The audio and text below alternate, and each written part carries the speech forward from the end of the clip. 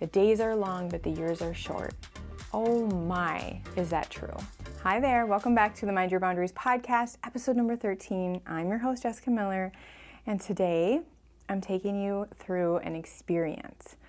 I had this podcast episode planned out weeks ago, and this morning I woke up and I decided, instead of talking about our phone use, like through story, because I have so many examples of families, like couples, mother-daughters, people coming in that feel anxiety, depression, disconnect, stress, just like unheard, all these external things that they feel is impacting their relationships.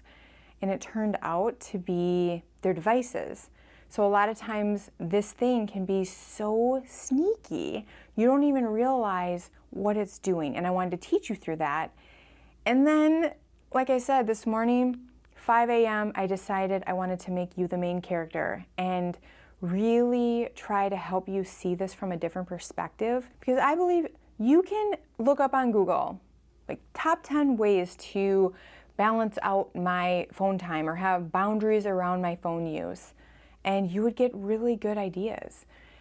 That's not what we're talking about here. What I'm going to do today is I'm going to give you a different perspective through experience. So once you experience this, you will have a different view. And from that, you can decide, do I want to make some changes? Because you're going to feel a shift. So today's going to be emotional. It is going to be emotional.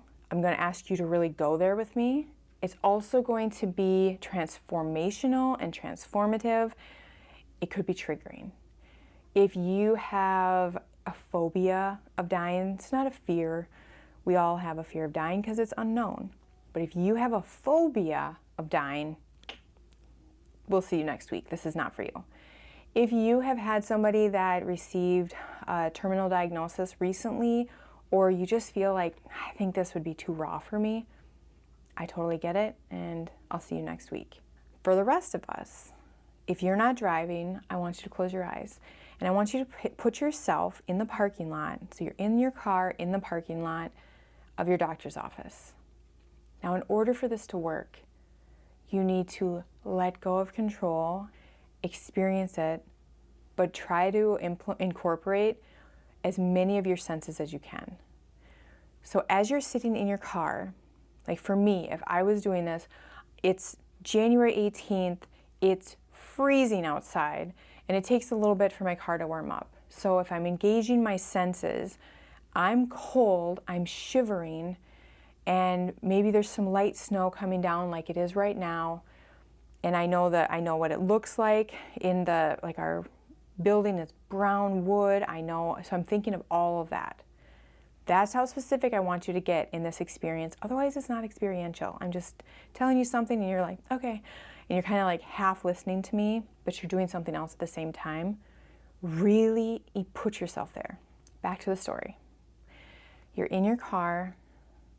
You don't even know how the hell you made it to your car because your knees are so wobbly. You feel like you're going to vomit. You can't swallow. You can barely breathe. You're lightheaded. Your heart feels like it's going to rupture. It's beating so hard.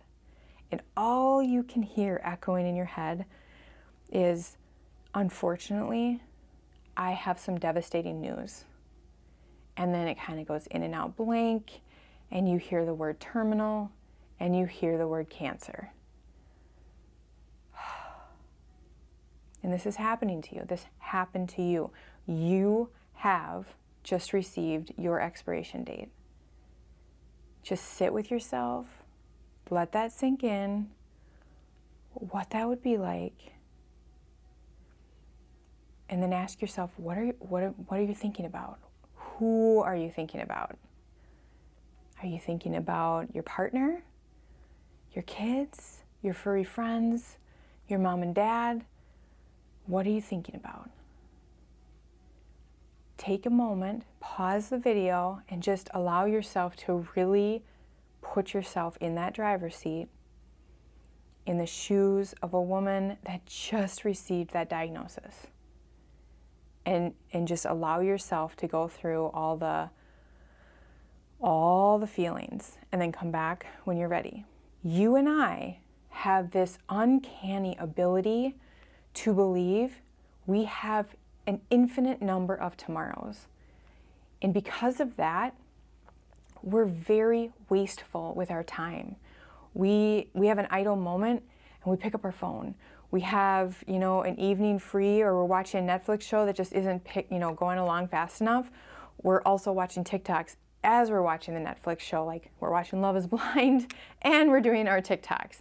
Like, we are constantly connected to this device, even though we know time goes fast. We know this because blinked and we're 30. Blink again and our baby is getting her driver's license. Blink 3 more times and you're holding your first grandchild. Blink 4 times and you're blowing out the candles of a cake and on it says retirement. How is this possible, you think, right? You always think back, like, how have we actually been married for 20 years already? That just seems crazy to me. And how they say the days are long, but the years are short. Oh my, is that true? And yet we have this stealthy source stealing those precious moments that are flooding our mind right now as we sit in this car. We're thinking about all the moments we're gonna miss. That we won't be able to run our fingers through our daughter's silky blonde hair. That we'll miss those times when our son sits down in front of us and asks us to, tickle scratch his back. Oh, those Sunday mornings when you realize, oh wait, I don't have to get up. And you snuggle back into your partner and you just sleep in because there's no snooze, there's no nothing, there's nothing to get up for. A lazy Sunday. You think about all the things you're gonna miss because you're hyper aware of every grain of sand coming out of your hourglass because you just received the expiration date and you're thinking about the things that you're gonna miss. But now you and I, right here, we know we on purpose miss those moments on a daily basis. On a daily basis, because we believe we have an infinite number of tomorrows, we miss them on purpose. And so what I'm going to ask us to do today and for the next 7 days is to pretend that we're like the women that are sitting in their cars right now at this exact moment, and that we did truly just get our expiration date, and that we do have a finite amount of time, and that we realized, I don't want to give this device all of my idle moments. I'm not saying that this device is terrible, but I am saying it can become a problem when we rely on it to entertain us for all of our idle moments. It can distract us so much that we don't check in with ourselves on, am I living a life aligned with my values? Is this a direction I want to go? Do I feel connected with my kids? We don't ask these questions because we're always so entertained that we don't really feel the need until something comes up. And we're like, oh my gosh, I have no idea how I got so far off in this direction. This is not what I ever imagined for my life. Have you ever had that moment where you're like, how did I even get here? I don't even recognize the woman in the mirror. And I believe it's important, whether it's quarterly or yearly, to, especially right in the new year, to really reflect on how much something gets to have of our time. Did you know that you and I check our phones 58 times a day? Now, this study was pre-COVID, so I'm really curious if you might know the difference, if there is a difference, because I truly feel a shift in counseling. It's different since COVID. Not only are just the isolation and depression numbers through the roof, but working with couples, one or both, they're very much addicted to their devices. It's just a different thing post-COVID. And so I think 58 seems kind of low to me, because when you think about it, that's 4 times an hour, which is still a lot. So I'm curious if I would suspect it's more post-COVID, because it's a different beast. And again, phones are not bad. Phones do allow us to be connected from people that we live far away from. I'm definitely not saying that. Phones allow us to survive shelter in places. When the shelter in place happened here in Minnesota, I shut down my practice. My husband, his business was just a trickle because he trains people from all around the world, and their gyms were shut down. And so they paused their training programs. And so we were just like, oh my gosh, we don't have an employer still giving us money, because we are the employer. And I had started this hobby of making candles. And so I used my phone to sell candles on Instagram. So I'm not saying phones are bad, but I am saying they're very sneaky, because they're so good at giving us all the feelings of stealing our moments, looting opportunities for connection. And I believe that's what we want more than anything, is to strengthen our relationships and to connect more with our loved ones.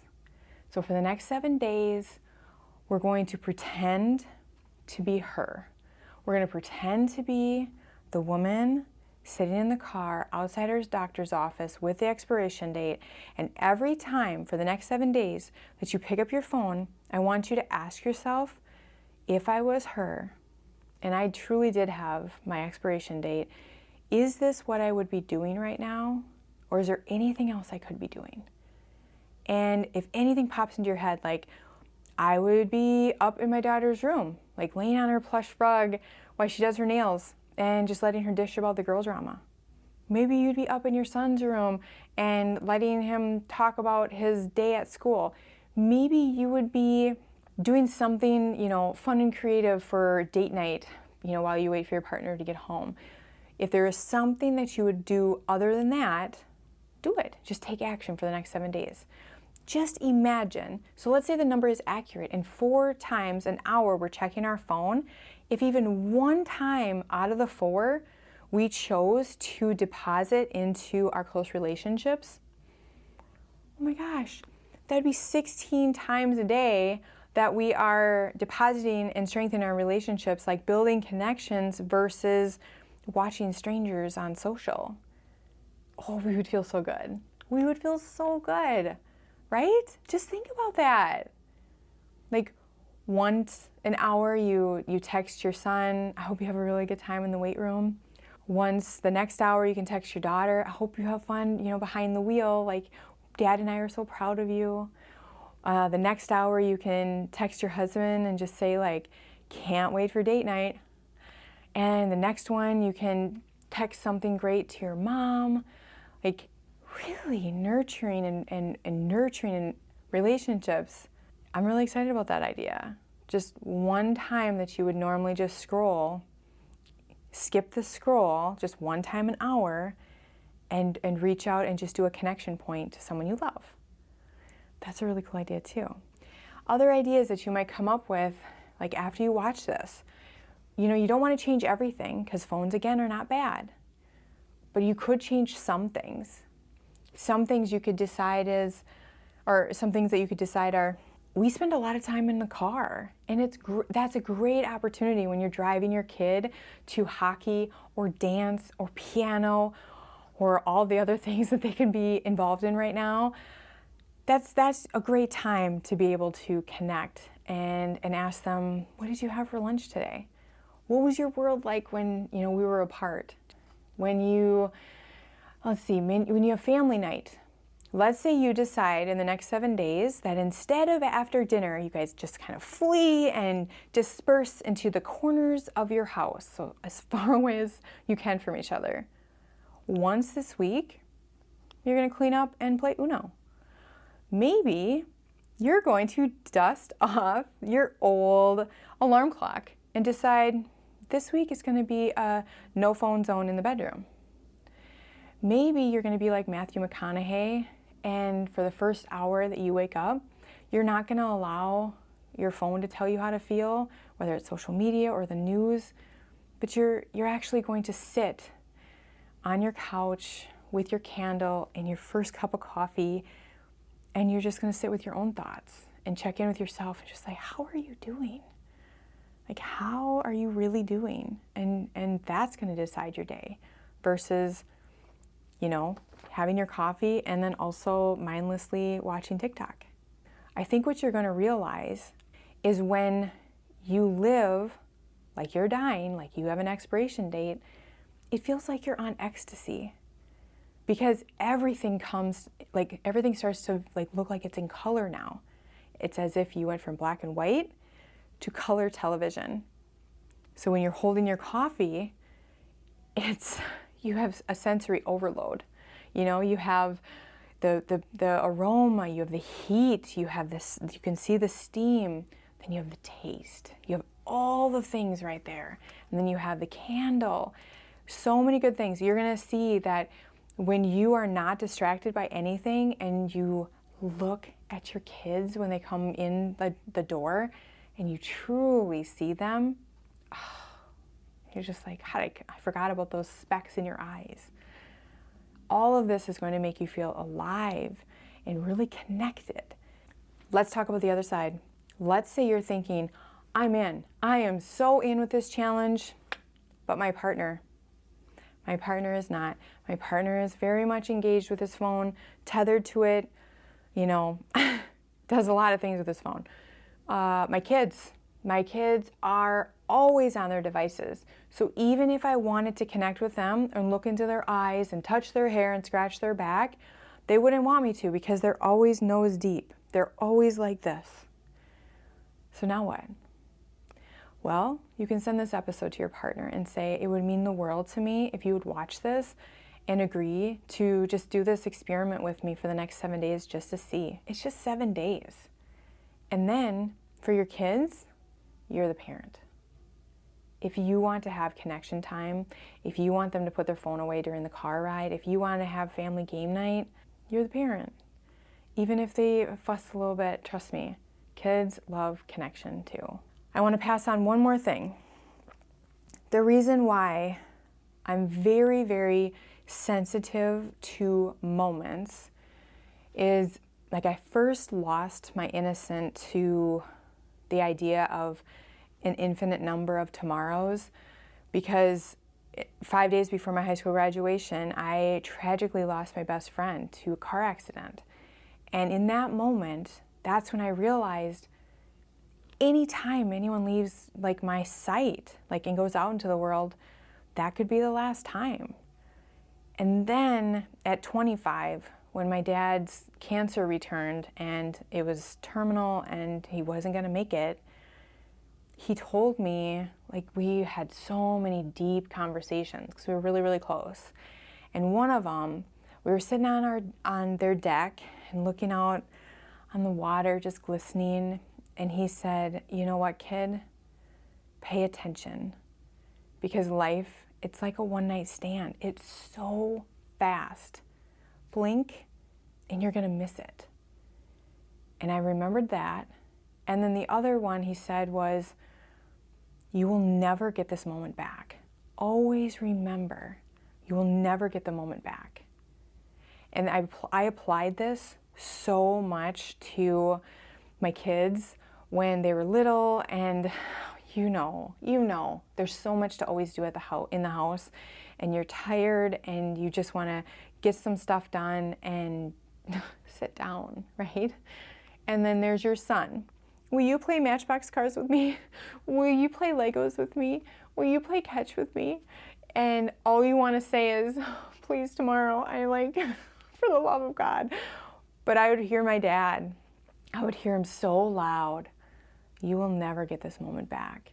And I'm so grateful that I had that voice because I took those opportunities. And now with my kids really not wanting that much to do with me except to scratch his back or, give her a ride to Target, I am so glad I wasn't in a minute, Like I didn't become like an in a minute mom. I knew I could do that so easily. In a minute, and then you don't get back to it. So glad I had that nugget, and so I'm passing that along to you. Trust me, boom, before you realize it. I know older people, they always tell us, like, take your time, like take the time with your kids, and we believe we have all these tomorrows and we have all this time ahead of us to spend with our kids, so what does it matter if we skip tonight? But trust me, you'll never get that specific moment back. So sit down and play Legos. I hope you connect with this episode. I hope you truly sat in the car, and I hope you go through your week hyper-vigilant on the grains of sand falling out of your hourglass because you have received your expiration date. And I hope that you feel a shift in your relationships when you ask yourself, is this what I would be doing right now if I was her, if I truly had an expiration date? And then you take action and you reach out for a loved one. Until we meet next time, friend, make sure you mind your boundaries.